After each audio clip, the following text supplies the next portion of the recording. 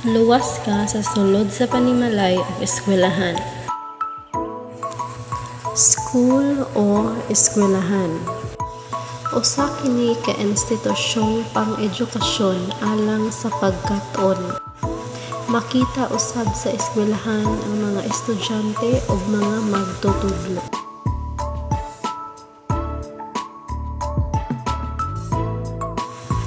Balay o panimalay, lugar kung asa nagpuyo ang usa ka pamilya.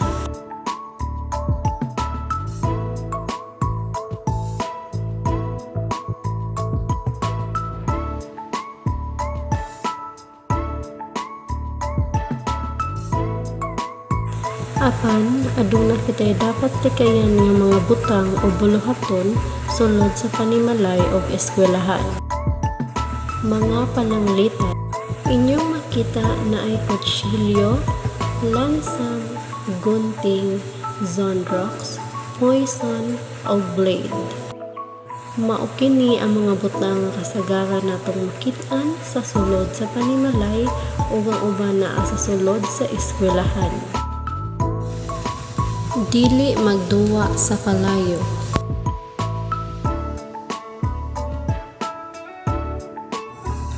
Dili magpataka og gamit sa mga hait nga butang.